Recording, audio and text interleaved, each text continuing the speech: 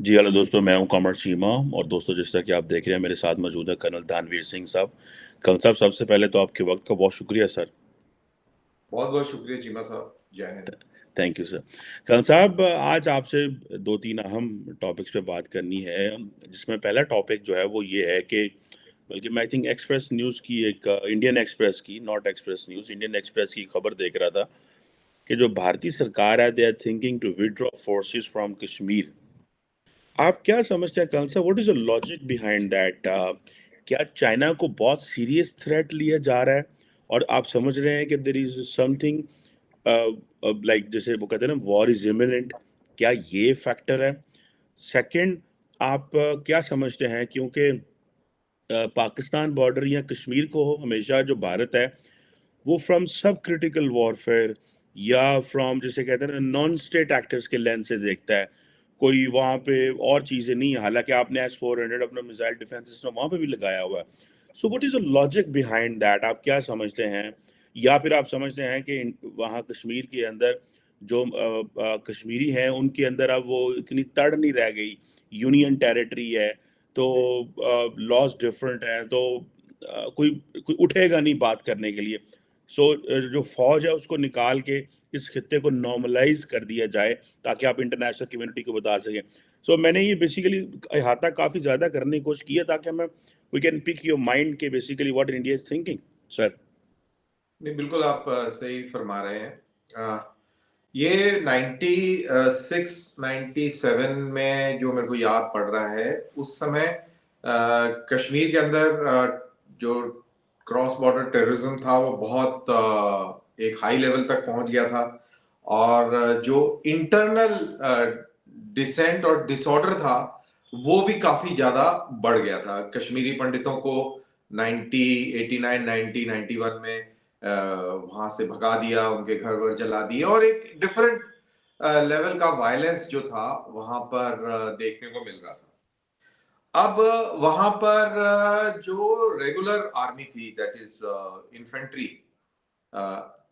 वो उस चीज को उस तरीके से टैकल करने में थोड़ी सी नाकामयाब थी। उसका कारण ये था कि एक इन्फेंट्री यूनिट वहां जाती थी, साल 2 साल का अरसा लगाकर, और फिर वो वापस आ जाती थी।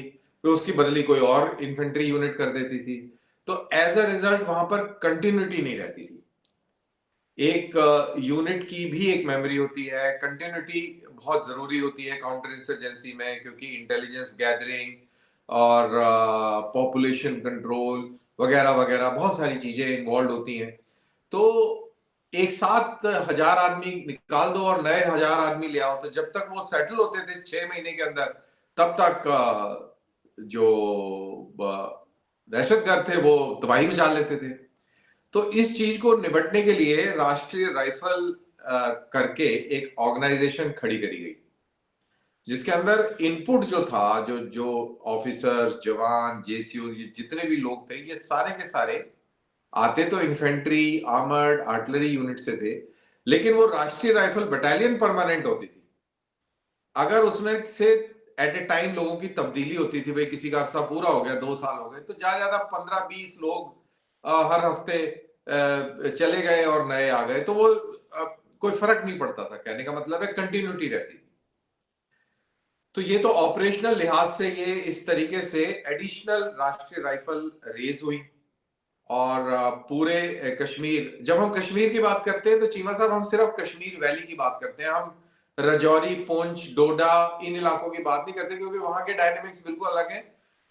हाइट ऑफ इंसर्जेंसी और हाइट ऑफ जो ये पूरा तमाशा चला, इसमें ये जो लोकल जो यहाँ के जो मुस्लिम्स थे, इन्होंने बिल्कुल कोई भी योगदान नहीं दिया। कोई उस तरीके से सपोर्ट में नहीं खड़े हुए जैसे कि कश्मीर वैली के जो मुसलमान थे वो खड़े हुए। उसके पॉलिटिकल रीजंस अलग है। अब ये राष्ट्रीय राइफल बन गई, ऑपरेशंस बहुत जबरदस्त चले, और उन दिनों में मुझे याद है बहुत बड़ी तादाद में आतंकवादी हुआ करते थे। 5-5 6-6 हजार फॉरेन टेररिस्ट यहाँ पे घूमा करता था, और बड़ी जबरदस्त लड़ाइयां चली।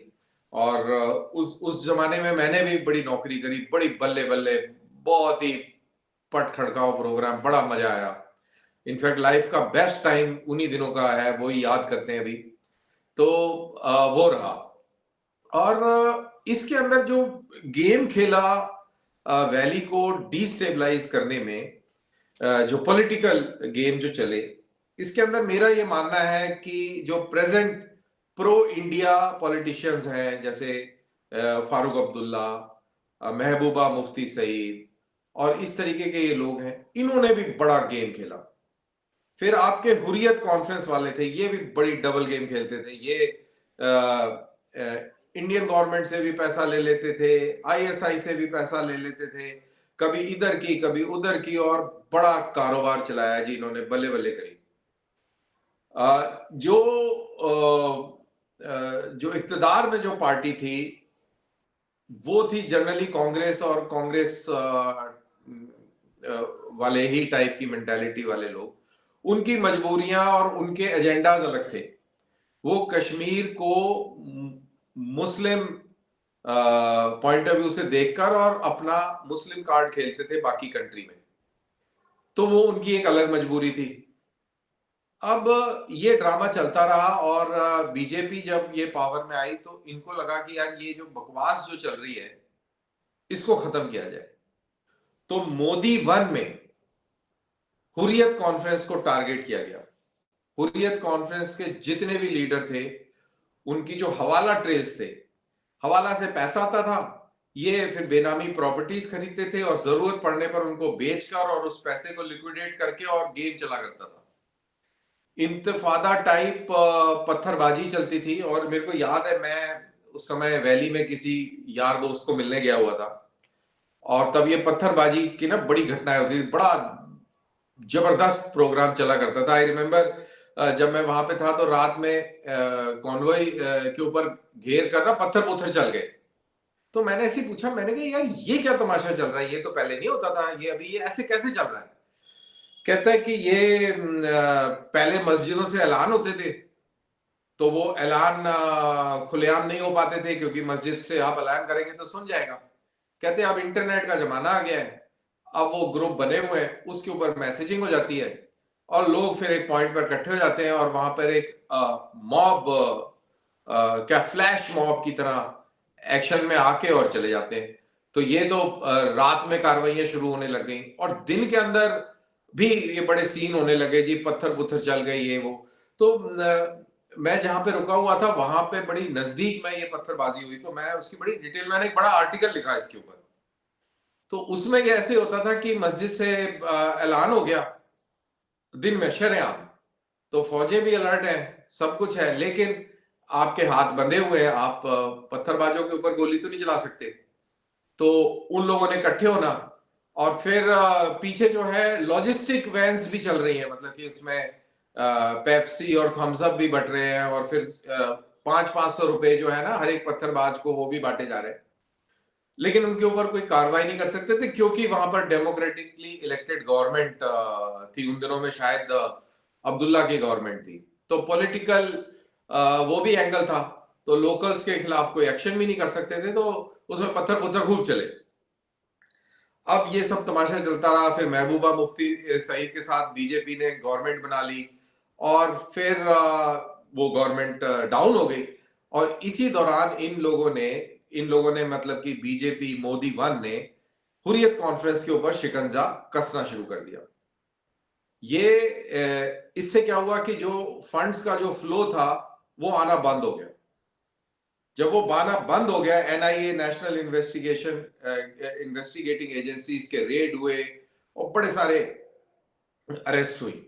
सबसे इंटरेस्टिंग अरेस्ट और जो कार्रवाई हुई वो सैयद सलाउद्दीन, जो आज लाहौर में एक कश्मीरी टेररिस्ट जिसको रावलपिंडी में मार दिया, उसकी फातिहा खानी कर रहे थे, वो उसका वीडियो बड़ा चला हुआ है। तो इनका खुद का बेटा जो है वो एक गवर्नमेंट मुलाजिम था। तो गवर्नमेंट ऑफ इंडिया ने कहा कि ये क्या बकवास है यार, एक तरफ जो वालिद साहब है वो तो दहशतगर्द बने हुए हैं, और वो तो जिहाद, यूनाइटेड जिहाद काउंसिल की रहनुमाई कर रहे हैं, और इनके जो साहबजादे हैं वो यहाँ पर सरकारी तनख्वाह ले रहे हैं। तो उनको वहां से उनको निकाला गया, और इसी तरीके से बहुत सारी अरेस्ट हुई, बहुत सारे ड्रामे हुए। इनको इनको मतलब कि इनको इनकी पकड़ दकड़ करके इनको खुटे लाइन लगा दिया। एज अ रिजल्ट वो जो जो जो एक पकड़ थी, इनफैक्ट जो पाकिस्तान की तरफ से जो कॉन्ड्यूट था, जो जो पूरा जो न्यूक्लियस था, जो काम करा करता था, जो जो जो पॉलिटिकल काम करता था, ओवरग्राउंड एक्टिविटी करता था, वो ओवरग्राउंड एक्टिविटी को खत्म कर दिया। जब वो खत्म कर दिया तो तब रियलाइजेशन हुआ कि इनकी ग्राउंड सपोर्ट नहीं है। अब इनकी ग्राउंड सपोर्ट क्यों नहीं है ये भी मैं आपको बताता हूं, क्योंकि वहां पर जब भी मैं वैली में गया, फौज छोड़ने के बाद की बात कर रहा हूं, एज ए जर्नलिस्ट जब मैं गया तो मैं कई लोगों से बात वैसे ही करा करता था, यार दोस्त हैं, जान पहचान है, अभी भी है। तो वो कहते थे, देखो, जब मैं कश्मीरी पंडितों की बात करता था, मैंने कहा देखो यार ये आप लोगों ने ठीक नहीं किया।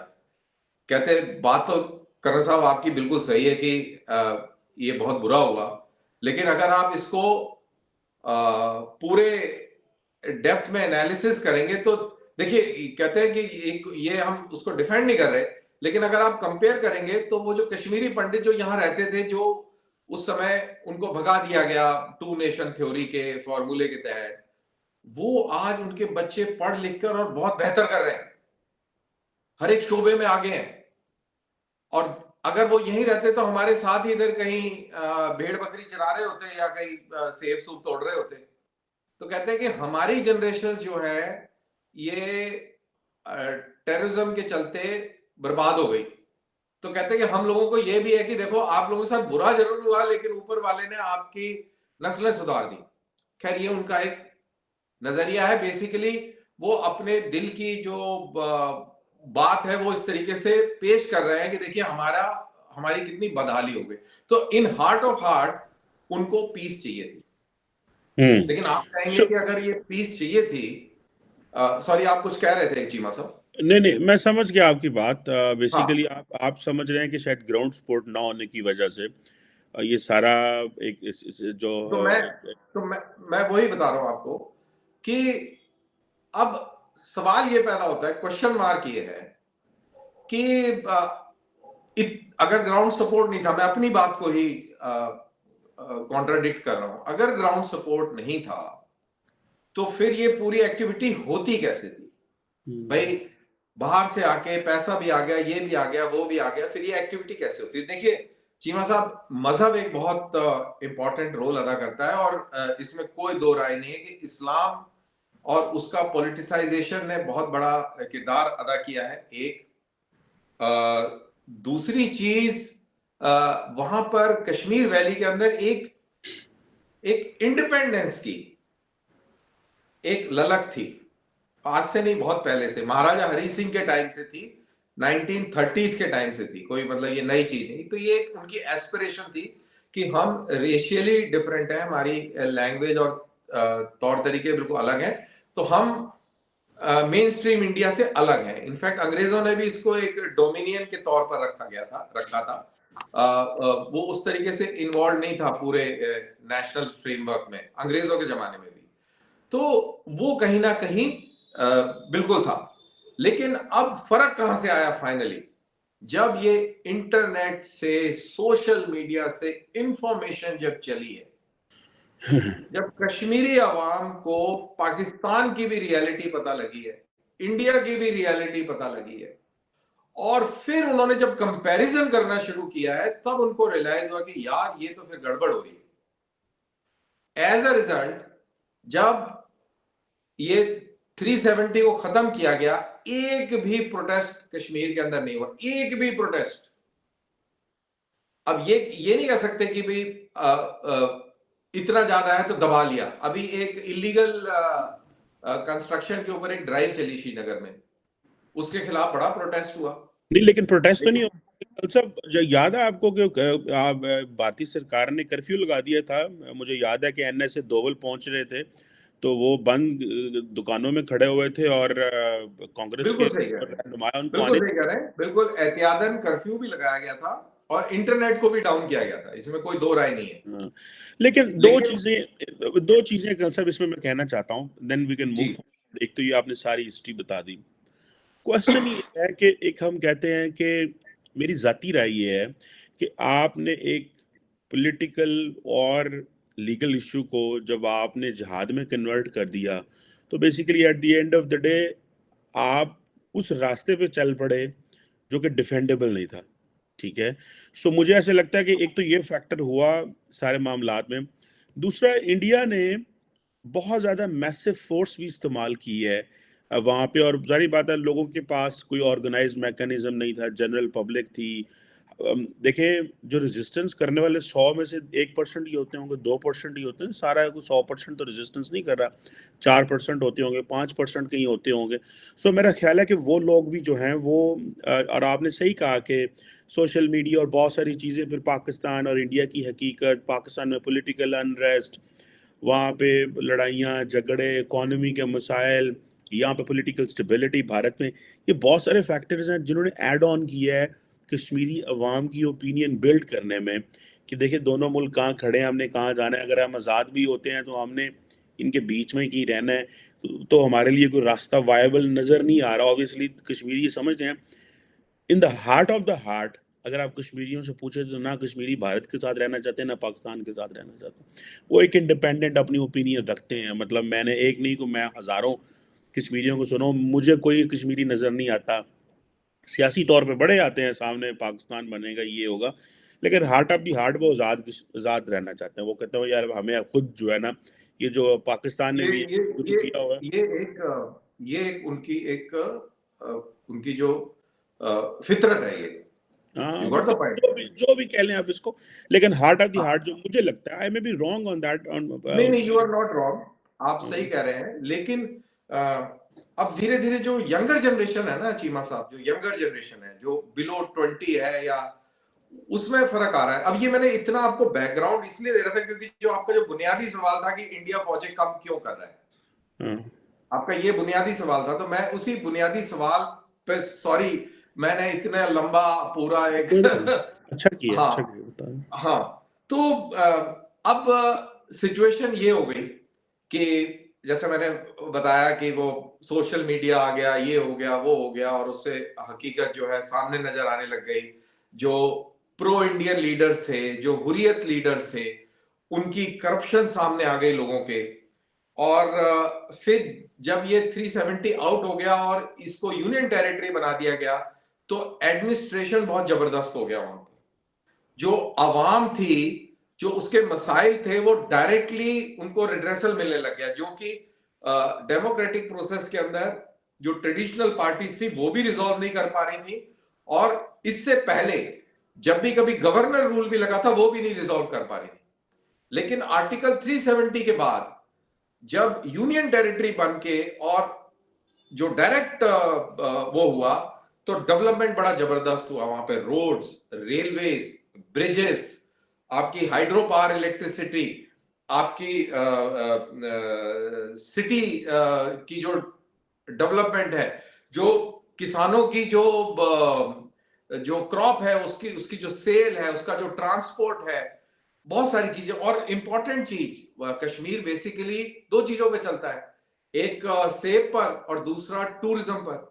तो टूरिज्म पिछले 2 साल से बहुत ही जबरदस्त, कोरोना के बाद से 2 साल, मतलब 1.5 सीजन हो गया, बहुत ही जबरदस्त फ्लरिश किया है। तो लोगों की इकोनॉमी आती है, लोगों के पास पैसा आता है, जब पैसा आता है तो घर में तरक्की होती है। और जब से हुर्रियत वाले जेल में गए तब से एक भी बंद कॉल नहीं हुआ, तो स्कूल बंद नहीं हो रहे, तो बच्चों की तालीम हो रही है। चीमा साहब, कोई भी महीना नहीं जाता जब कश्मीरी कोई बच्चा कोई ना कोई कीर्तिमान रिकॉर्ड ना स्टैब्लिश कर रहा हो, चाहे वो स्पोर्ट्स के फील्ड में, चाहे वो एजुकेशन के फील्ड में, चाहे वो इनोवेशन के फील्ड में, चाहे वो आर्ट और कल्चर के फील्ड में। They are doing phenomenally well. देखो, Kashmiri basically is a business community, सूफी लोग हैं ये लोग। तो वो दूसरे तरीके का है हिसाब किताब, हमारे और आपकी तरह नहीं है कि लाला लाला चक दे, वो वाला सीन उधर नहीं है। तो बहरहाल, तो जब ये सारी चीजें हुई, लाइन ऑफ कंट्रोल के ऊपर हमने जो बार्ड वायर फेंसिंग करी, उससे तकरीबन मेरा ये मानना है कि अप टू 98% जो है इन्फिल्ट्रेशन पर काबू हो गया।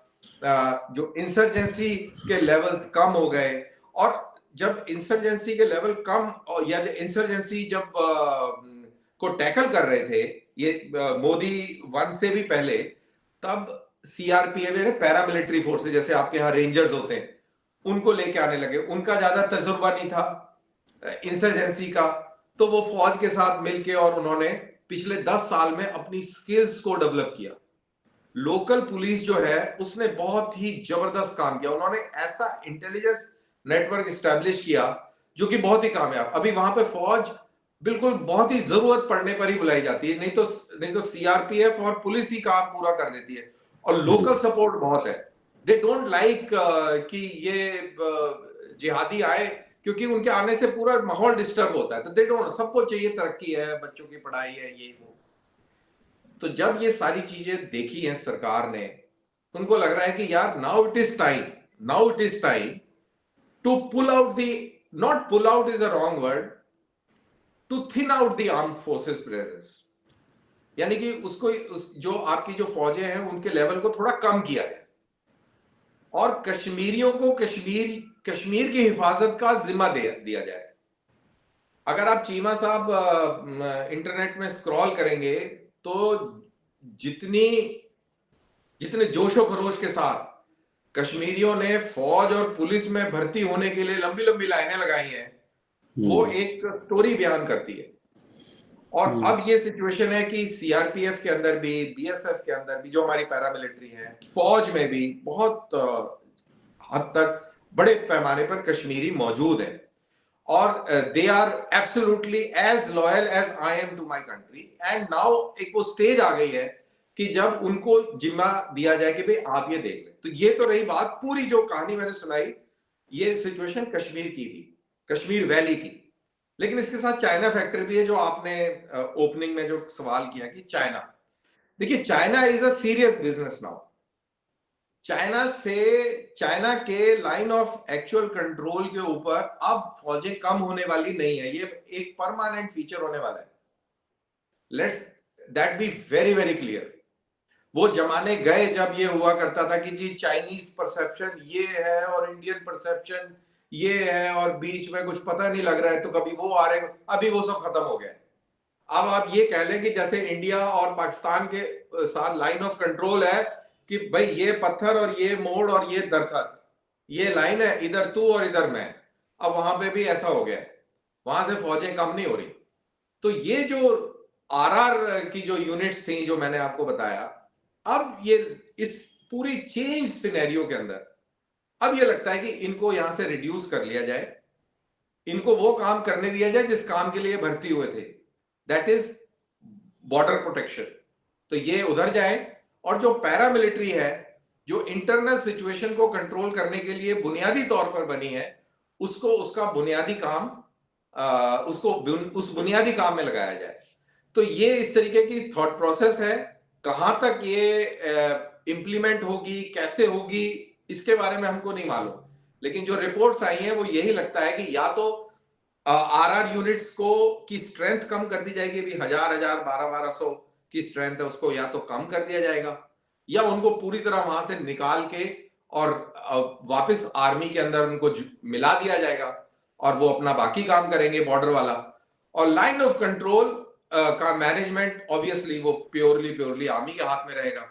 तो इस तरीके की ये ब्रॉड प्लानिंग है। तो ये मैंने इतनी सारी कहानी आपको लंबी चौड़ी सुना दी, सॉरी बहुत लंबा टाइम ले लिया आपका। नहीं, अच्छा, बड़ी अच्छी बेहतर अंडरस्टैंडिंग हुई है, मेरी भी होगी और व्यूअर्स की भी होगी। लेकिन कंसल साहब, ये जो भी आप कर रहे हैं इसको हम दूसरे लफ्जों में कहते हैं टॉप डाउन अप्रोच। दिल्ली से बैठ के फैसला किया, दिल्ली से बैठ के फैसला किया, 6 बंदे अंदर कर दो, फौज बाहर काट लो, और ये महसूस कर लिया है कि ये जो 75 साल का बेसिकली जो इशू है आइडेंटिटी का, ये आइडेंटिटी का इशू है। It's not just piece of land का प्रॉब्लम नहीं है।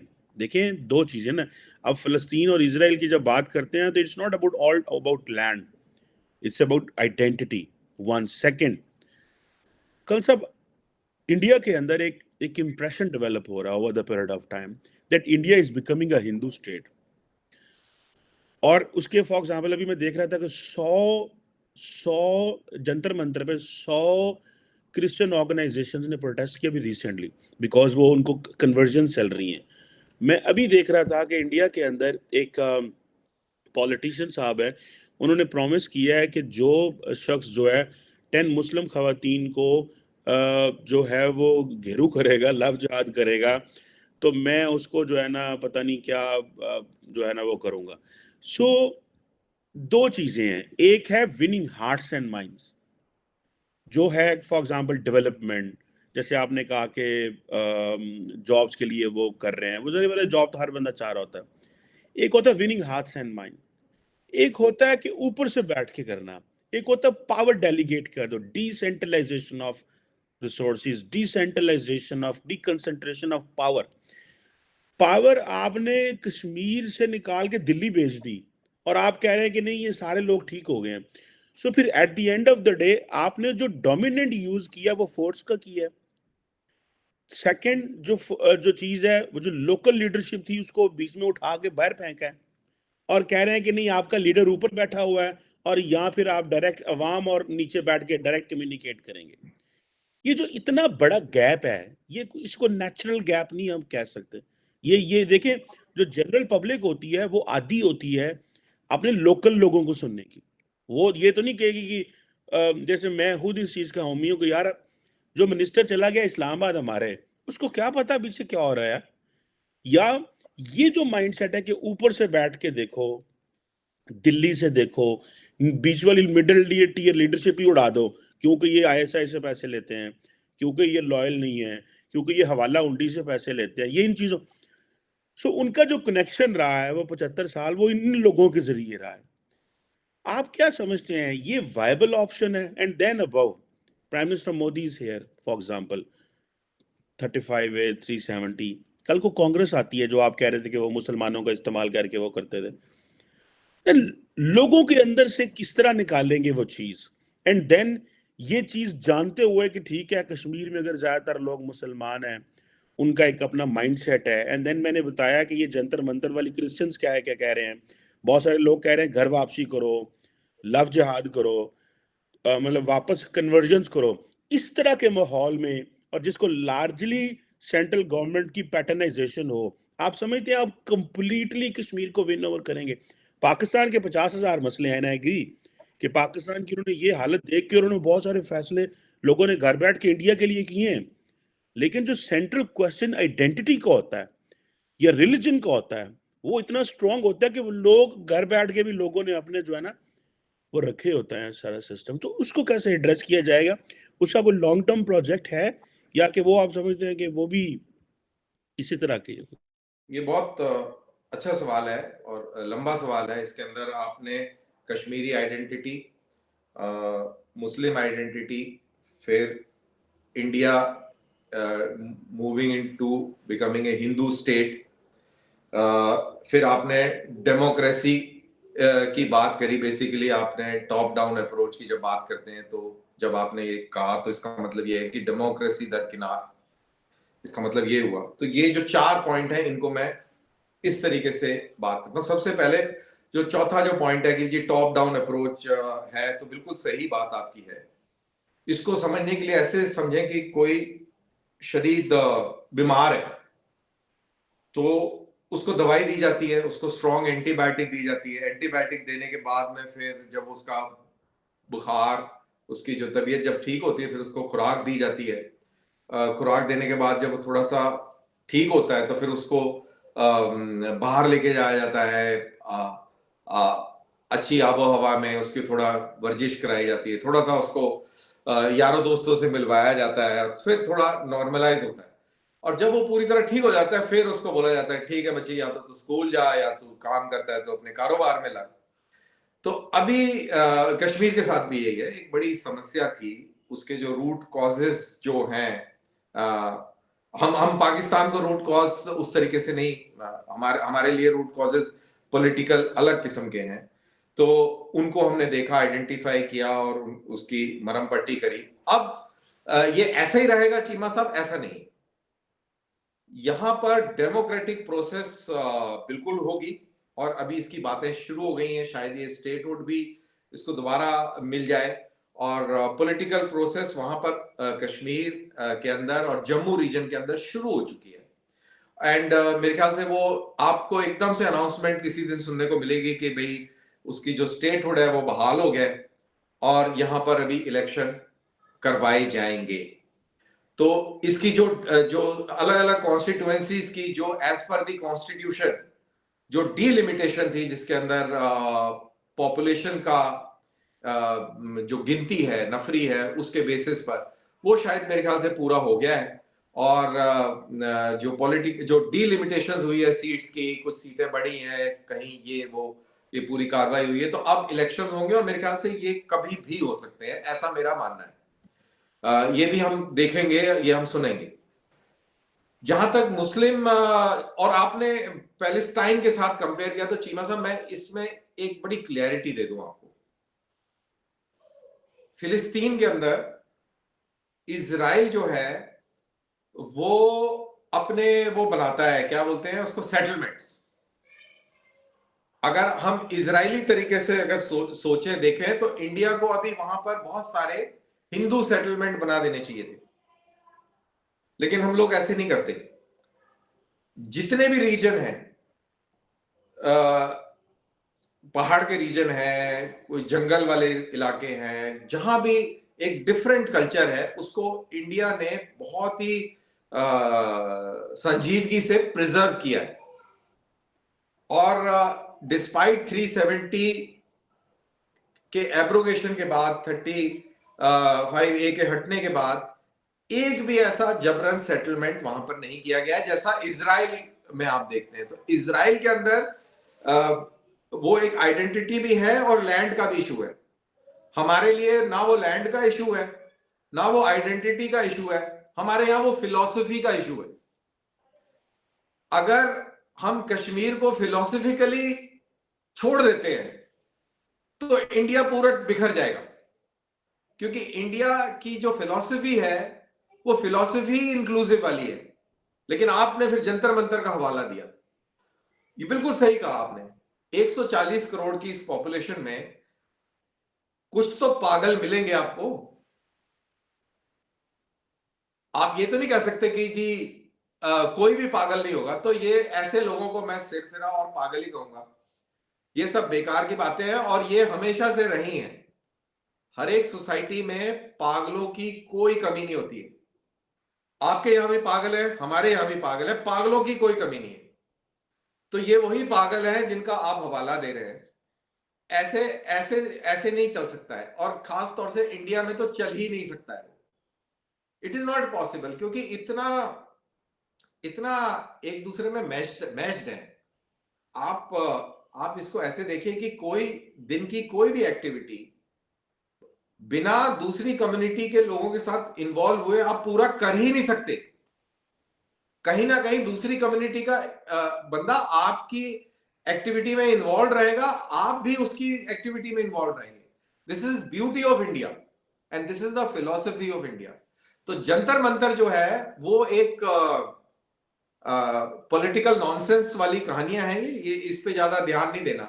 और जहां तक हिंदू राष्ट्र का सवाल है, हिंदू नेशन, मेरा ये मानना है कि जब बड़े सगीर की तकसीम हुई, इंडिया उसी दिन हिंदू बन गया था, इसमें कोई डाउट नहीं है। और इंडिया का जो सेकुलरिज्म और इंक्लूसिवनेस है, it is not because of anything else, it is because of the Hindu character of the society. ये समझना बहुत जरूरी है। जो हमारा जो कॉन्स्टिट्यूशन है, हमारे जितने भी सरकारी जो लफ्ज हैं, जो भी सरकारी जो स्कीम्स होती हैं, दे आर ऑल संस्कृताइज्ड। बिल्कुल हिंदू कैरेक्टर है, इसमें कोई डाउट नहीं है। तो अभी कुछ नया बन जाएगा ऐसा नहीं है। और जो लोग ये कहते हैं फालतू की बातें की जी घर वापसी, तो मैं आपके चैनल के माध्यम से ये भी क्लियर कर दूं कि हिंदू एक वाहिद एक ऐसा रिलीजन है जहां पे कन्वर्जन नहीं होता। You are born a Hindu. अगर मैं यहां से इस वे ऑफ लाइफ को छोड़ के आपकी वे ऑफ लाइफ अपना लूं और 2 दिन के बाद मैं बोलूं कि जी मैं घर में वापस घुसना चाहता हूं, तो मैं घर में नहीं घुस सकता। फिर it is so strict, strong. Yes, this is the beauty also and irony also. नहीं, वो आपकी अगर बात ऐसा सही है, आपकी बात सही है, ऐसा ना लेकिन वो होता ऐसा ना होता तो अभी तो बहुत सारे लोग जो है वो वापस हो गए। तो मैं इसका एक मिसाल देता हूं। I am a Chauhan Rajput. मेरा जो गांव है, मेरे गांव के से मुश्किल से 10-12 किलोमीटर दूर एक और गांव है, वो भी चौहान राजपूतों का गांव है, जो कि मुगल काल में मुसलमान हो गए। और राइट टिल 70s उनकी शादियों में हम जाया करते थे, वो हमारी शादियों में आया करते थे। जब तक ये रिलीजियस पोलराइजेशन 80s के दशक में नहीं शुरू हो गया और एक नया तमाशा नहीं शुरू हुआ, तब तक ये एक दूसरे के उसमें जाया करते थे। एंड जो जो हमारे जो बिरादर चौहान जो मुसलमान थे, उनके यहाँ पर निकाह भी पढ़ाया जाता था और पंडित भी आके शादी करता होता था टिल 80s। और एक दूसरे के अंदर जाना, और कई बार ये बात हुई थी कि यार हमको वापस सोसाइटी में इन्वॉल्व कर दीजिए, we leave Islam and will come back to the folds, but वो नहीं आ सके वो। सो उसका रीजन ये है कि you are born Hindu, there is no concept of conversion and reconversion. तो ये कोई घर वापसी, ये सब सियासी जुमले हैं, ये बेकार की बातें हैं। और मैं ये लव जिहाद और या जो भी कोई है, ये सब पागलों वाली बातें हैं। इनसे कोई, जिन्होंने इश्क उश्क चलाने हैं, जिनके प्यार व्यार हो रहे हैं, वो दबादब हो रहे हैं। जिन्होंने जो शादियां करनी है वो हिंदू मुसलमान चाहे लड़का लड़की इधर उधर खूब कर रहे हो। हम भी जानते हैं, ऐसे हमारे दोस्त भी हैं कि बंदा हिंदू लड़की मुसलमान, या लड़की हिंदू बंदा मुसलमान, और साढ़े नाल मजे ना पैग शैग लाते ने, वधिया खुश मौज मस्ती करते ने, वधिया मतलब चढ़ती कला दे विच रहंदा काम, वो कोई प्रॉब्लम नहीं है। सो जो हमें ये जो डॉक्टर्ड जो पॉलिटिकल मोटिव्स के साथ में जो हमें जो परोसा जाता है ना, उसको थोड़ा सा क्वेश्चन मार्क के साथ हमें देखना चाहिए और उसकी गहराई में जाना चाहिए। तो दैट्स व्हाट आई फील। बिल्कुल सही कह रहे हैं। Thank you very much. कल से बड़ा मज़ा आया आज आपसे बात करके। There was a lot more to learn and question. बात करते रहेंगे आपके। थैंक यू, आपने हमें ऑन ग्राउंड डेवलपमेंट्स बताई कि वहाँ पे कश्मीर में क्या हो रहा है, किस तरह का माइंडसेट है, सरकार क्या सोच रही है। और ऑब्वियसली जो भी हो, अमन हो, लोग अपना काम करें, कारोबार करें और सारे मसले टेबल पे आ लो, ना कि लड़ाई झगड़ों और इन चीज़ों में हो। बड़ी हमें मेरे ख्याल से वो भी टाइम आएगा चीमा साहब, धीरे धीरे जी रियलाइजेशन ज़रूर होगा। आएगा। अब तरक्की कर गई है, हमारे लोग जर्मनी, फ्रांस, यूरोप, कनाडा काम करने जाते हैं। हम क्यों नहीं यार काम कर सकते? हमारे मुल्कों में क्यों इतना रोज़गार और वो ना हो कि हमारे लोग भी यहीं पे रहें? क्यों लोग अपनी फैमिलीज़ को छोड़ के कहीं और जाएं? But anyhow, thank you very much colonel Tanveer Singh साहब sir. It's always player and lovely talking to you sir. बहुत मेहरबानी। थैंक यू चीमा साहब, थैंक यू, गॉड ब्लेस।